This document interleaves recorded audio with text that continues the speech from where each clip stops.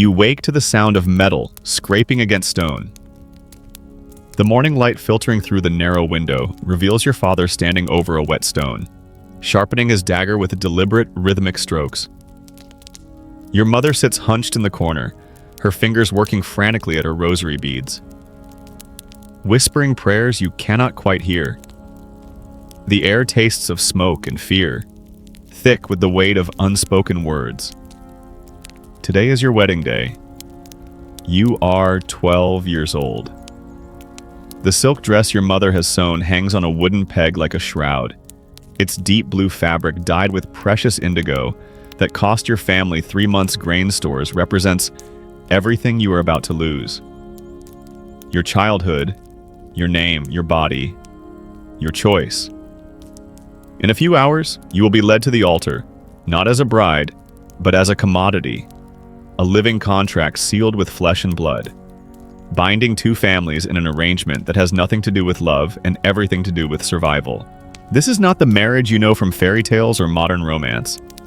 This is marriage as it existed for most of human history, a brutal transaction where women were currency. Children were political pawns, and death was often the only escape from a union that began with violence and ended in the grave.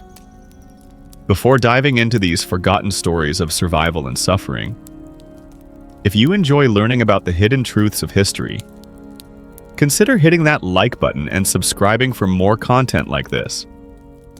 And please comment below to let me know where you're listening from. I find it incredible of you that we're exploring these ancient stories together from different parts of the world, connected across time and space by our shared curiosity about the past. The marriage contract sprawled across the wooden table like a death warrant, its Latin text swimming in candlelight. Sir Geoffrey d'Entfort, age 43, recently widowed, owner of 3 manors and 200 serfs, seeks bride, available. Lady Matilda, aged 11, daughter of Sir William de Clare, dowry of 50 mark silver, bloodline traced to King Edward. The negotiations had taken 3 days. Not because the terms were complex, but because your father wanted to squeeze every possible advantage from your sale. You were, after all, his most valuable asset. Young enough to be molded, fertile enough to produce heirs, and noble enough to elevate his family standing. The fact that you had never met your future husband was irrelevant. The fact that you were still playing with wooden dolls was inconvenient, but not disqualifying. Medieval marriage was fundamentally different from anything we recognize today. It was not a union of equals choosing each other, but a legal and economic arrangement between families, often negotiated when the bride was still in swaddling clothes. The Catholic Church, which would later romanticize marriage as a sacred bond, spent most of the medieval period treating it as a necessary evil, a compromise with human weakness that prevented the greater sin of fornication. The average age of marriage for noble girls during the High Middle Ages was between 12 and 14. For peasant girls, it was slightly higher, around 16 to 18, not out of any greater respect for childhood, but because poor families needed their daughters labor longer and could not afford elaborate dowries. But regardless of social class, the fundamental reality remained the same. Marriage was something that happened to women, not something they chose. Your mother's gentle hands shake as she fastens the wooden buttons of your wedding dress. Each button is carved with your family's coat of arms. A swan pierced by an arrow which seems grimly appropriate. She has been married to your father for 16 years. Wed at 13 to a man she met on their wedding day, she bore him 9 children. 5 survived infancy. She has never spoken of love, only of duty, obedience, and the careful navigation of a husband's moods. Remember, she whispers, her breath warm against your ear. A wife must be like water. She takes the shape of whatever vessel contains her. Resistance brings only pain. The wedding ceremony itself was a public spectacle designed to make the transaction irreversible. Unlike modern weddings, medieval marriages were not primarily religious events. The church's involvement was minimal. often just a priest offering a blessing at the church door before the real business began. The ceremony was about witness, about community acknowledgement that a legal transfer had occurred. You are led through the village streets like a sacrificial lamb. The entire community is gathered to watch, not to celebrate, but to bear witness. In a world without written records, for most people, public ceremony served as collective memory. These villagers would remember this day, would testify if anyone ever questioned the legitimacy of your union or the inheritance rights of your future children. The priest, Father Benedict, stands at the church door with his face carved from stone. He has presided over hundreds of these ceremonies, watched countless young girls led to altars like lambs to slaughter. His Latin words wash over you like water, meaningless syllables that seal your fate.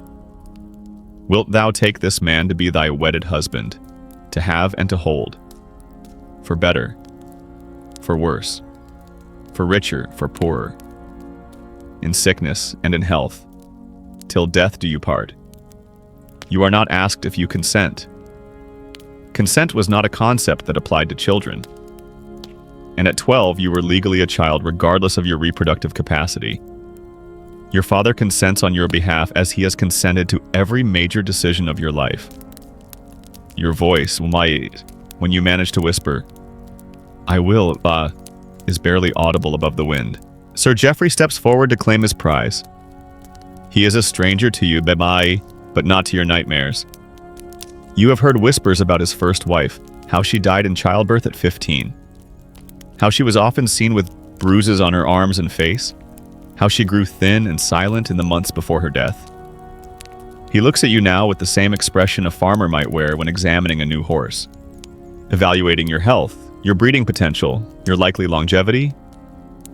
The ring he slides onto your finger is not gold, but iron, and it weighs more than your small hand can comfortably bear. Iron was chosen deliberately.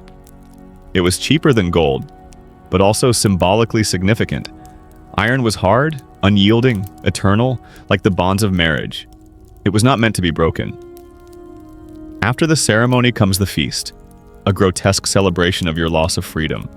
The great hall of your father's manor has been decorated with winter greenery and smoky torches. Long tables groan under the weight of roasted meat, white bread, and ale. The guests, all adults, all complicit in what is happening, raise their cups in toasts to fertility, to the continuation of bloodlines, to the prosperity of the union. You sit beside your new husband, your feet barely touching the floor from the high chair. He speaks to you occasionally, asking simple questions about your education, your health, your monthly courses. You answer in monosyllables, terror rendering you nearly mute. The food on your plate grows cold and congealed as your stomach churns with fear. The entertainment begins as the evening darkens. A traveling minstrel sings songs of courtly love. Beautiful, impossible stories of knights and ladies of passion and devotion. The irony is not lost on you. These romanticized tales of love have nothing to do with the reality of medieval marriage. They are fantasies, escapist literature for a society that had made real love nearly impossible within the bounds of matrimony. Courtly love, as it was practiced in medieval society, was explicitly extramarital. The troubadours of southern France who invented many of these romantic ideals sang of love affairs between knights and married ladies. Love that was passionate precisely because it was forbidden and unconsummated. The church condemned these ideas, but they persisted because they offered an emotional outlet in a world where marriage was purely transactional. The cult of courtly love revealed a dark truth about medieval marriage. It was so devoid of emotional connection that people had to invent an entirely separate concept to describe what we now call romantic love. Marriage was about duty, property, and procreation. Love, if it existed at all, was something that happened outside marriage, in secret, in defiance of social order. As the evening progresses, the guests grow drunker and louder. The conversation turns increasingly crude, filled with jokes about wedding nights, about breaking in young wives, about the importance of immediate consummation. You understand only half of what they say, but the leering faces and raucous laughter make their meaning clear enough. Your mother appears at your elbow, her face pale but determined. "Come," she says quietly. "It is time." The bedding ceremony was perhaps the most horrific aspect of medieval marriage, a public ritual that transformed rape into celebration. The entire wedding party would escort the bride and groom to their chamber, offering advice, making crude jokes, and ensuring that the marriage was immediately consummated. The bride's virginity was not just assumed, but publicly verified. Her bloody sheets displayed as proof of her purity and her husband's successful possession. You are led up the narrow stone stairs to the chamber that has been prepared for this moment. The room is small and cold, lit by a single candle that casts dancing shadows on the stone walls. The bed dominates the space, a large wooden frame with a straw mattress covered in rough linen sheets. It looks more like a place of execution than a marriage bed.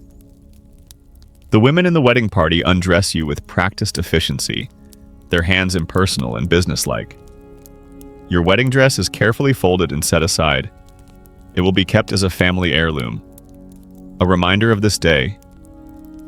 Your shift, thin and transparent, offers no protection from the cold air or the eyes of the gathered crowd. Sir Geoffrey enters with the men already half undressed. He is drunk, which might be a mercy. Drunk men often fell asleep before completing their task. But tonight, he seems alert, focused, determined to claim what he has purchased. The priest offers a blessing over the marriage bed, sprinkling holy water on the sheets and reciting prayers for fertility. The crowd presses closer, offering advice, encouragement, and jest. Some of the men make crude gestures, miming what is about to happen. The women nod approvingly as if your terror is perfectly normal and expected. This public violation of privacy was not seen as cruel or unusual. It was considered necessary to ensure the marriage was legally binding. A marriage that was not consummated was not a marriage at all. It could be annulled, the contracts voided, the political alliance dissolved. The witnesses were there to prevent any later claims of non-consummation, to ensure that the transaction was completed as agreed. Finally, mercifully, the crowd begins to withdraw, but not before the married women offer their final advice. Submit completely, make no sound. Think of your duty to produce heirs. Your mother kisses your forehead and whispers a prayer in your ear, her tears falling on your face like rain. The door closes with a sound like a coffin lid. You are alone with your husband, this stranger who now owns you more completely than he owns his horses or his land. You are his property, his cattle, his to use as he sees fit. The law provides no protection for wives. The church teaches that a woman's body belongs to her husband, that she has no right to refuse his advances, that her purpose is to bear his children regardless of the cost to her health or happiness. The medieval concept of marriage was built on the foundation of absolute male authority. The husband was the head of the household, the final arbiter of all decisions, the owner of all property, including his wife's body. The marriage vows reflected this reality.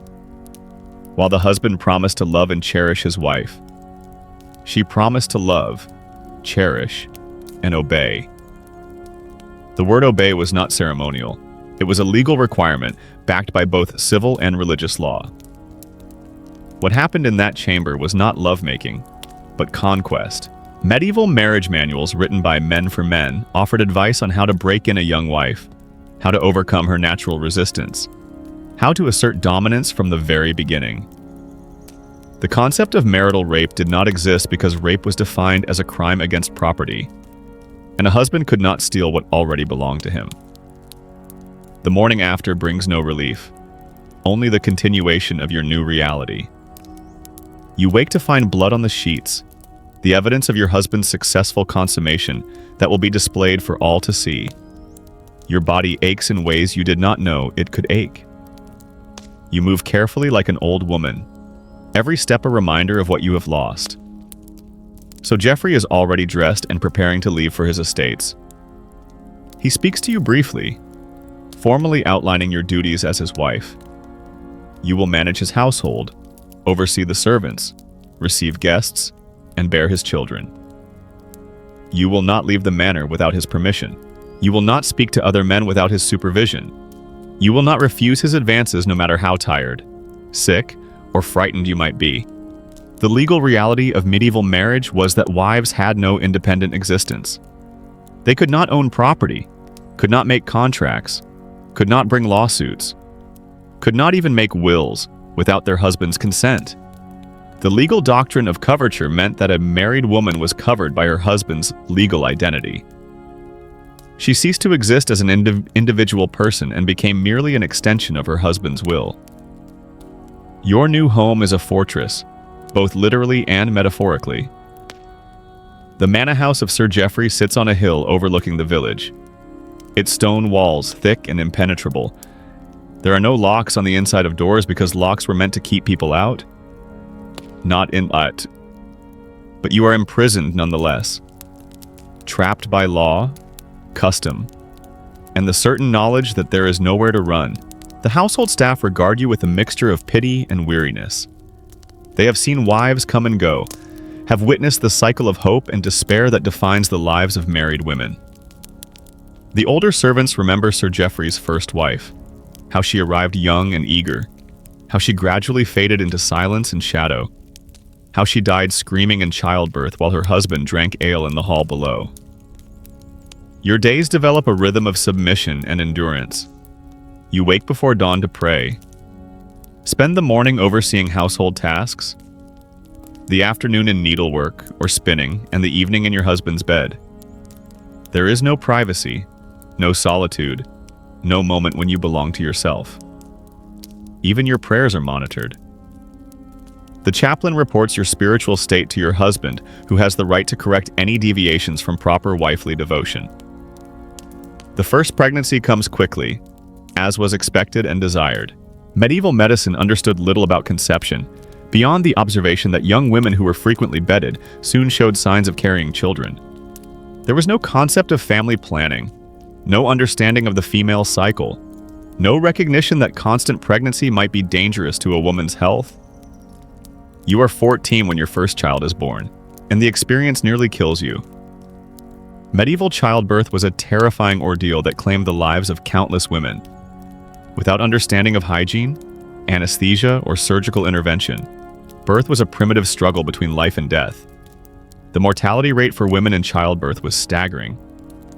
Estimates suggest that between 10 and 20 of medieval women died from complications related to pregnancy and birth. The midwife who attends you is an elderly woman named Agnes, her hands stained with the blood of 1,000 births. She knows her trade well, but her knowledge is limited to folk remedies and superstition. She places a piece of jasper on your belly to ease the pain, hangs a charm of eagle's claws around your neck to speed delivery, and mutters prayers to Saint Margaret, the patron saint of childbirth. Labor begins at dawn and continues through the night. You scream until your voice is gone, then continue screaming silently, your mouth open, but no sound emerging. The pain is beyond anything you could have imagined. Wave after wave of agony that threatens to tear you apart. Agnes forces you to drink bitter herbs that make you vomit. Then more herbs to stop the vomiting. Your husband paces in the hall below, concerned not for your suffering, but for the fate of his potential heir, the baby. When it finally comes, is a girl. The disappointment in the room is palpable. A daughter has some value. She can eventually be married off to cement another political alliance. But she is not the son that every medieval husband demanded. Sir Geoffrey's reaction is cold fury. He does not hold the child, does not ask about her health, does not inquire about your condition. He simply leaves the room already planning the next pregnancy that will, he hopes, produce a male heir. You name the baby Eleanor after your grandmother, though you know the name may be changed if your husband disapproves. In medieval society, Abayo, fathers had absolute authority over their children's names, education, and future. The bond between mother and child, while emotionally powerful, had no legal recognition. Children belonged to their fathers as completely as wives belong to their husbands. The recovery from childbirth is long and painful. Your body, already small and underdeveloped, has been damaged by the trauma of birth. You develop a fever that lasts for weeks, leaving you weak and delirious. Agnes treats you with more herbs and charms, but medieval medicine has no real understanding of infection or the importance of rest and recovery. Your husband shows no patience for your weakness. Within 2 months of Eleanor's birth, he is demanding his conjugal rights again. You try to explain that you're not ready, that your body needs time to heal. But such concerns are irrelevant to medieval marriage. A wife's body belonged to her husband, and he had the right to use it regardless of her health or comfort. The cycle begins again. Another pregnancy, another difficult birth, another daughter, then another. By the time you are 18, you have given birth to 4 children, 2 of whom died in infancy. Your body is worn out, prematurely aged, marked by the constant demands of pregnancy and childbirth. You look in the polished metal mirror and see your mother's face, the same hollow eyes, the same resigned expression, the same defeated posture. Medieval women lived their entire adult lives in states of pregnancy, childbirth, or recovery. The average medieval woman who survived to adulthood would bear 6 to 8 children, of whom roughly half would die before age 5. The emotional toll of losing child after child was enormous. But there was no time to grieve properly before the next pregnancy began. The church taught that this suffering was God's will, punishment for Eve's original sin. Women were told that pain in childbirth was their natural lot, that they should accept it with patience and humility. The idea that women might have the right to control their own fertility, to space their pregnancies, or to refuse unwanted sexual advances was not just forbidden, but literally unthinkable.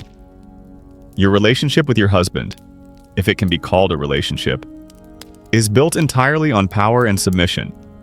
He speaks to you only to give orders or express displeasure. You speak to him only when directly addressed, and then in the most differential terms possible. There is no conversation, no shared interests, no emotional connection. You are his property, useful for producing heirs and managing his household, but not a person whose thoughts or feelings matter. The isolation is perhaps the worst part.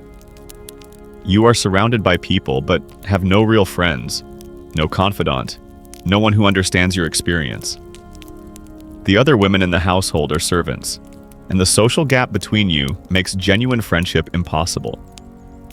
The local noblewomen are potential rivals or political enemies, their friendships contingent on their husbands' alliances. You are alone in a way that is both complete and inescapable. Your children provide some comfort, but even that relationship is constrained by medieval custom. You are expected to be loving, but not indulgent, nurturing, but not protective. The children belong to their father, and he will make all decisions about their upbringing. Your role is to care for them in infancy and early childhood, but once they reach the age of reason around 7, they will be sent away to other households to be educated and trained. The legal system provides no protection for wives who suffer abuse. Medieval law recognized a husband's right to correct his wife physically as long as the punishment was not excessive. The definition of excessive was left largely to men's interpretation, and the threshold was high. A husband could beat his wife with a stick as long as it was no thicker than his thumb. He could lock her away, restrict her food, or humiliate her publicly, all in the name of maintaining proper household order.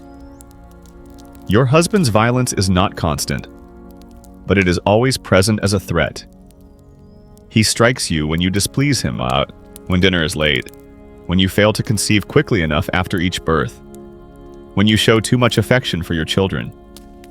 The servants pretend not to notice the bruises, the way you flinch when he raises his hand, the careful way you move around him like a beaten animal. The church, which might have provided some comfort, offers only more oppression. You are required to confess your sins regularly, but the priest is more interested in your failures as a wife than in your suffering as a person. Have you been obedient? Have you submitted willingly to your husband's demands? Have you kept your thoughts pure and your demeanor modest? Your pain is not a sin to be forgiven, but a trial to be endured. Medieval Christianity taught that women were inherently weak, sinful, and dangerous. They were the daughters of Eve, cursed with the responsibility for humanity's fall from grace. The only path to salvation was through submission to male authority and the patient endurance of suffering. The concept of women as individuals with rights, needs, and desires was foreign to medieval religious thought. The years pass in a blur of pregnancy, childbirth, and loss. You bear 9 children in total, of whom 5 survive to adulthood. Each birth is harder than the last, each recovery longer and more difficult. Your body, which was small and delicate to begin with, becomes gaunt and worn. You lose teeth, develop chronic pain, and suffer from what we would now recognize as severe depression. At 25, you are already considered an old woman. Your hair has gone gray. Your face is lined with worry and pain, and you move with the careful deliberation of someone whose body has been pushed beyond its limits. You have survived 15 years of marriage, but survival is not the same as living. You exist in a state of constant vigilance, always watching for signs of your husband's mood, always ready to play, submit, or endure. The economic reality of medieval marriage was that wives were expensive investments that needed to produce returns. The dowry your father paid for your marriage was substantial, but it was only the beginning. Your husband also had to provide for your maintenance, your clothing, your medical care, and your eventual burial. If you failed to produce surviving male heirs, you represented a significant financial loss. This economic pressure created additional stress in already difficult marriages. Wives who failed to conceive, who bore only daughters, or who suffered repeated miscarriages were often blamed for their husband's financial difficulties.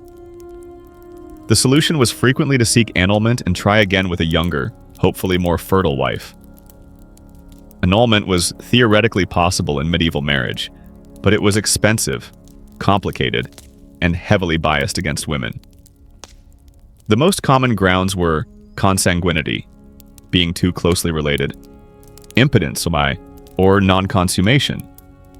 Proving these claims required testimony from multiple witnesses and often involved invasive physical examinations. Women who sought an annulment frequently accused of adultery, witchcraft, or other crimes that carried severe penalties. Your husband never seeks annulment, perhaps because you have produced enough children to satisfy him. Perhaps because the cost and scandal are not worth the potential benefits. But you live with the constant fear that he might change his mind, that you might be discarded like a worn-out tool and replaced with someone younger and more fertile. The fear of abandonment is matched only by the fear of death. Medieval women faced mortality at every turn in childbirth, from disease, from violence, from the simple wear and tear of lives lived without adequate nutrition or medical care. The average life expectancy for women was significantly lower than for men, largely due to the dangers of repeated childbirth. You have attended the funerals of countless women your age or younger, all of whom died from complications related to pregnancy and birth. Each funeral serves as a reminder of your own mortality, a preview of the fate that likely awaits you. You pray for a quick death, for release from the endless cycle of pain and submission.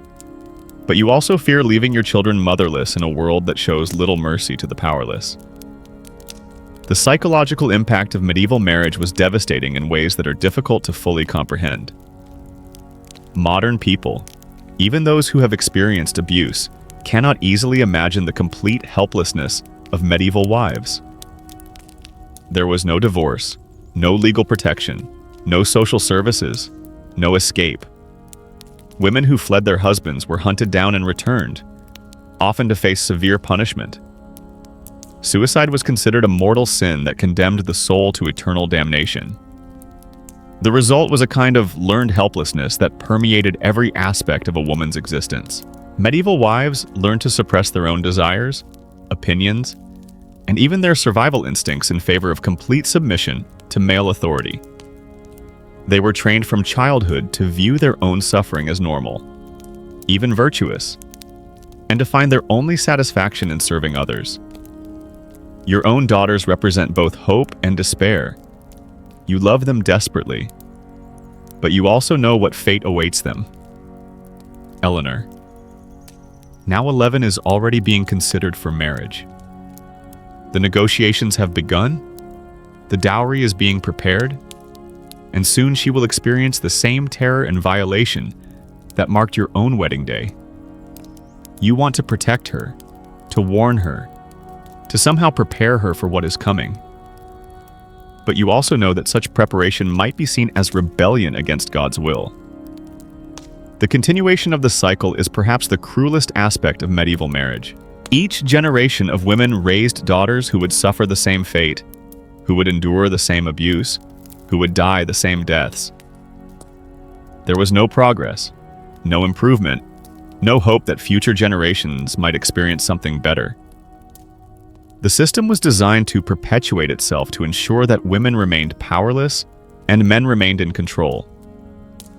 Medieval marriage was not just a personal tragedy, but a social system that shaped entire civilizations. The subjugation of women was not an accidental byproduct of medieval society, but a fundamental organizing principle that affected everything from politics to religion to economics.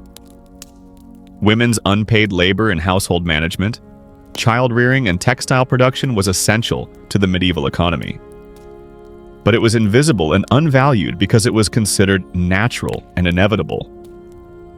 The legal framework that supported medieval marriage was elaborate and comprehensive. Canon law, civil law, and local custom all reinforced the same basic principles. Men had authority, women had obligations, and the family was organized around the production of legitimate heirs. These laws were not simply ignored or poorly enforced. They were actively maintained by courts, churches, and communities that saw women's subjugation as necessary for social stability. The ideological justification for medieval marriage drew on religious teaching, classical philosophy, and folk wisdom that all reached the same conclusion. Women were naturally inferior to men and needed to be controlled for their own good and the good of society. This was not seen as oppression, but as natural order, divinely ordained and scientifically proven.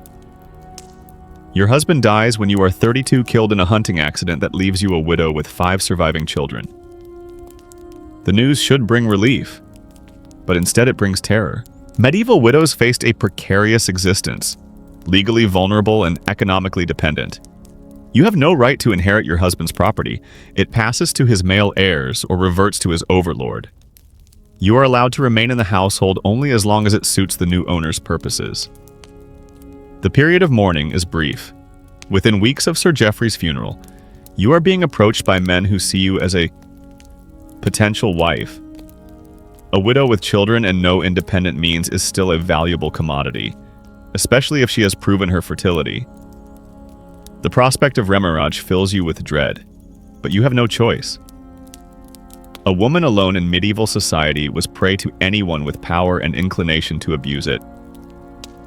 The negotiation for your second marriage is handled by your late husband's brother, who has inherited the estate and wants you gone as quickly as possible. You are older now, damaged by years of childbirth and abuse, but still young enough to bear more children. The dowry is smaller this time. You are no longer a virgin, no longer a promising investment, but there are still men willing to purchase your services.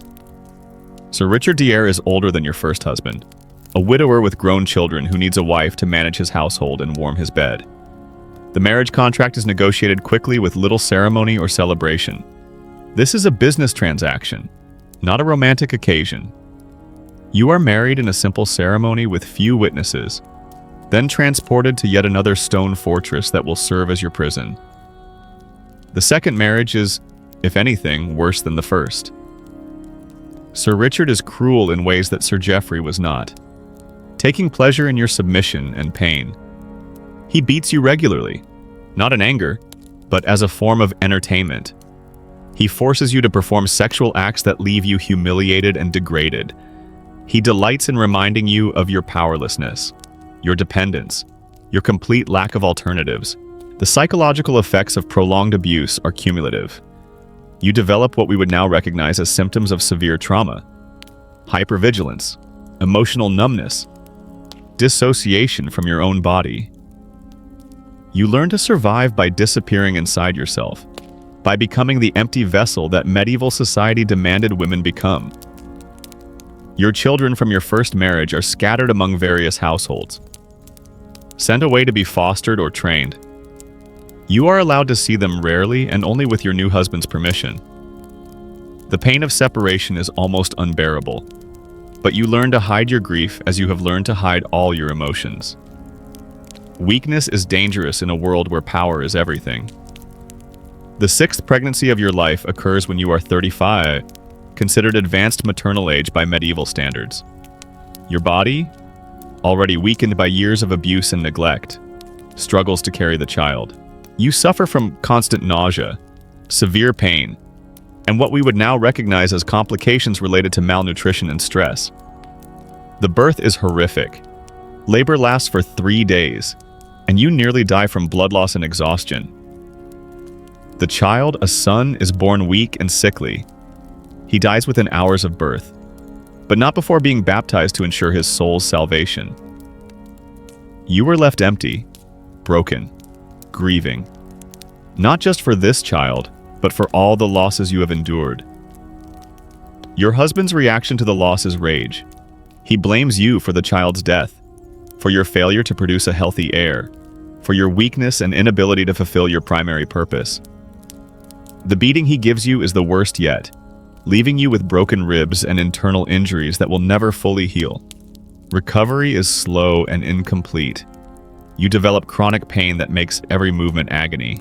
Your menstrual cycles become irregular, then stop entirely, your body's way of protecting itself from further pregnancies. But the cessation of fertility does not bring freedom, only new forms of abuse. A wife who cannot bear children is useless, a drain on resources, a reminder of failed investment. The final years of your life are marked by increasing isolation and despair. Your husband takes a young mistress, installing her in the household as a constant reminder of your own inadequacy. You are relegated to the status of housekeeper, responsible for managing the domestic sphere, but excluded from any real authority or respect. The young mistress, barely 15, looks at you with a mixture of pity and fear. She sees in your broken body and defeated spirit a preview of her own future. You want to warn her, to help her, to somehow break the cycle, but you are powerless to change anything. The system that destroyed you will destroy her in turn, and her daughters after her. Medieval marriage was not an aberration or a temporary failure of civilization. It was a logical outcome of a society organized around male dominance and female subjugation. The brutality was not accidental, but essential to maintaining a system that concentrated power and resources in the hands of men while relegating women to the status of reproductive slaves. The economic foundations of medieval marriage were built on the concept of women as property, the Dowry system, the laws of inheritance, the legal doctrine of coverture. All these institutions worked together to ensure that women remained economically dependent and therefore powerless. A woman who could not survive without male protection was a woman who could not resist male authority. The religious justification for medieval marriage was equally systematic. The church taught that women were naturally sinful and needed to be controlled by righteous men. Marriage was presented as a divine institution that channeled female sexuality into acceptable forms while ensuring the production of legitimate heirs. The suffering of wives was not a problem to be solved, but a necessary sacrifice for the greater good of Christian civilization. The social enforcement of medieval marriage was comprehensive and ruthless. Communities that tolerated disobedient wives or abusive husbands were seen as threats to social order. The punishment for women who resisted their assigned roles was severe and public. designed to discourage others from similar rebellion. The few women who managed to escape their marriages were hunted down, punished, and returned to their husbands as examples to others. You die at 38, your body finally succumbing to the accumulated damage of years of abuse, neglect, and repeated childbirth. The cause of death is listed as fever, but the real cause is the slow destruction of a human being by a system that viewed women as expendable resources. Your funeral is sparsely attended. Your husband shows appropriate grief for public consumption, but his real emotion is relief. He is already negotiating with the family of a 14-year-old girl who will become his third wife. The cycle continues, endless and inevitable. Each generation of women sacrificed to maintain the power structures that define medieval society. The gravestone, if you were fortunate enough to have one, would bear only your name and the dates of your birth and death. There would be no mention of your dreams, your fears, your love for your children, or your quiet acts of resistance. Medieval women were erased from history as completely as they were erased from life. Their stories lost in the silence that patriarchal society demanded. The records that survive from medieval marriage, the contracts, the wills, the legal proceedings tell us about property transfers and inheritance rights, but they tell us almost nothing about the human cost of these arrangements. We know the names of the men who owned these women, the amounts of the dowries, the dates of the weddings, but we know almost nothing about the women themselves. This erasure was not accidental, but deliberate. Medieval society was organized around the principle that women's experiences did not matter, that their suffering was natural and inevitable, that their stories were not worth recording. The few women who managed to leave written records, usually nuns or noble women, with unusual access to literacy, wrote within the constraints of a system that punished female self-expression. The psychological impact of medieval marriage extended far beyond the individual women who endured it. The normalization of domestic violence, the acceptance of child marriage, the reduction of women to reproductive functions, all these practices shaped medieval culture in ways that persisted long after the formal legal structures changed. The children raised in these households learned that violence was normal, that women were inherently inferior, that power was the only protection against suffering. Sons learned to expect absolute obedience from their future wives, while daughters learned to expect nothing but pain and submission. The transmission of trauma from generation to generation was as systematic as the transmission of property. Modern people often ask how medieval society could have tolerated such obvious injustice, such systematic cruelty toward half the population. The answer is that it was not seen as injustice, but as natural order. The suffering of women was not a problem to be solved, but a necessity to be accepted. The few voices that questioned these arrangements were suppressed, marginalized, or ignored. The economic benefits of medieval marriage were enormous for the men who controlled the system. Unpaid female labor and household management, textile production, food preparation, and child rearing formed the backbone of medieval economy. Women's bodies were factories for producing the next generation of workers and warriors, their suffering invisible and uncompensated.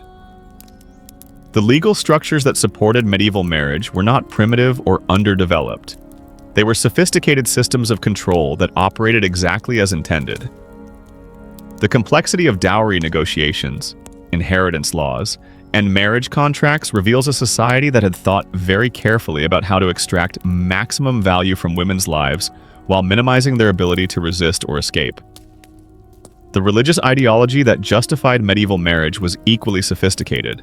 The church developed elaborate theological arguments for why women's suffering was necessary, why their submission was virtuous, why their pain was redemptive.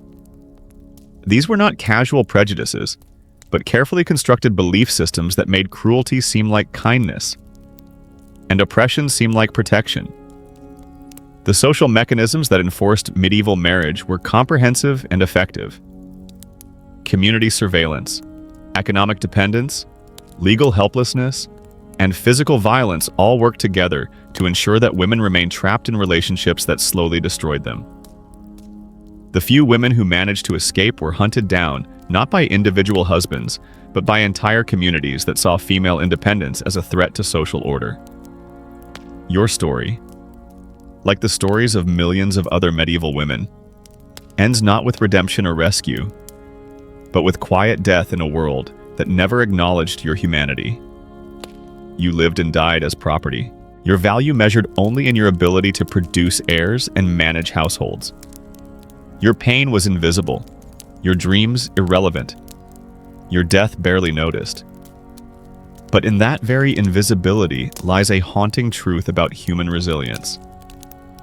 Despite everything the medieval world did to break women's spirits, despite the systematic destruction of their bodies and souls, something essential survived. In the quiet moments between beatings, in the gentle touch of a hand on a fevered brow, in the whispered lullabies sung to dying children, women found ways to maintain their humanity in a system designed to erase it. The medieval marriage was not an unfortunate accident of history, but a deliberate construction, a machine designed to transform human beings into property. It succeeded because it was supported by every institution of medieval society: the church, the law, the economy, the family, the community. It failed only because the women who endured it somehow managed to pass down generation after generation the memory of what they had lost and the hope that their daughters might someday reclaim it. The question that haunts us across the centuries is not how medieval marriage could have been so brutal, but how many of its essential features persist in forms we no longer recognize. The legal subjugation may be gone, but the economic dependence remains. The public bedding ceremonies have ended, but the private violations continue. The dowry system has disappeared, but women still bear the primary cost of reproduction and child-rearing. As you close your eyes for the last time in that cold stone chamber, your breath growing shallow in the flickering candlelight, you carry with you the weight of all the words you never spoke, all the choices you never made, all the dreams you never dared to dream. You are 12 years old again, standing in your father's hall, hearing the scrape of metal on stone, watching your mother's fingers work frantically at her rosary beads. The circle closes as it began, with the sound of sharpening steel and the whispered prayers of powerless women. But somewhere in the darkness, barely audible above the wind, is the echo of a different kind of prayer. The hope that someday, somehow, the daughters of daughters yet unborn will wake to a world where metal scrapes stone. Not to seal their fate, but to carve their names in history as something more than property, more than vessels, more than the silent casualties of a system that mistook cruelty for order and called it love.